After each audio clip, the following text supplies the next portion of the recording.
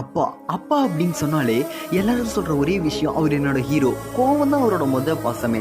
அவர் பாசம் தண்ணி மாதிரி எப்போ இருக்கும் அப்படின்னே தெரியாது. ஆனால் அவர் இல்லாமல் இருக்கவே முடியாது.